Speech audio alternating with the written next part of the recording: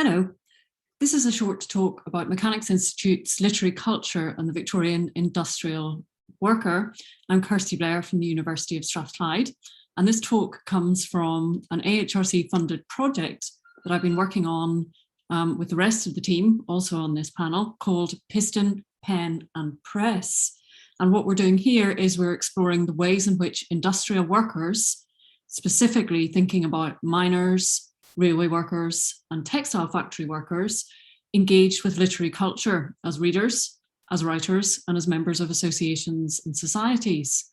So Mechanics Institutes are playing quite a large part in this because we're thinking about how industrial workers used those institutes to gain entrance into forms of literary culture. Mechanics Institutes, as you'll all know, often hosted reading rooms and libraries, and these were quite extensively used by the industrial workers we examine. They ran evening classes, they hosted lectures, a number of them on what we might call literary topics like Shakespeare or Burns or local poets. They ran debating societies and other associated literary societies, and they were used as meeting places and social spaces. For instance, if you were a mill worker in an amateur dramatic club, it's possible that you were using the Mechanics Institute as a space to rehearse and practice. So this brief talk is going to give a couple of examples of writers we have identified who were linked to a local Mechanics Institute. Saddleworth Mechanics and Literary Institute, Saddleworth is near Oldham in Manchester and was a mill town, is associated with two little known writers in our database, both of whom wrote in dialect. Edwin Thornton was a woolen dyer.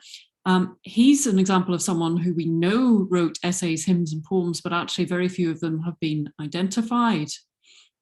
Later than him, a couple of decades after his association with the Institute, David Lawton is a better known dialect writer because he published in these quite well-known newspapers and forums for factory workers.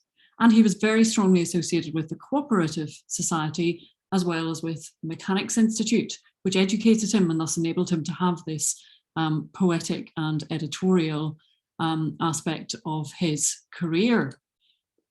Over in Northumberland, we've identified a large group of collier poets, and they were all linked to the various institutes, many established by the collieries, near their specific workplace or in their local village. So two tiny examples. Mark Doney of Cramlington actually helped to found the Shankhouse and Hartford Mechanics Institute and to run it for a number of years. And Charles Hopper got his education again at the Seton Delaval Mechanics Institute through attending their classes and was linked to the new university extension movement in the second half of the 19th century. You can see a Charles Hopper poem in the Blythe News on the right. They called this crowd the Blythe News Poets because they all published in and were associated with this newspaper.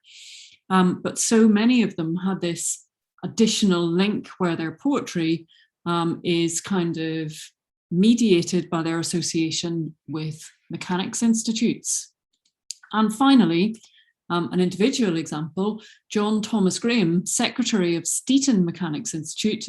This is just outside Bradford. He was a spinner, factory spinner at the age of 11. Again, his education, his reading education, was from the reading room in this institute. And in his unpublished manuscript memoirs, he notes that he read the London daily papers at the Village Institute and that this is how he became interested in politics and started developing as a socialist. And he used this education to advance his career because he moved from being a child factory worker into actually effectively a higher grade profession as a clerk outside manual labour.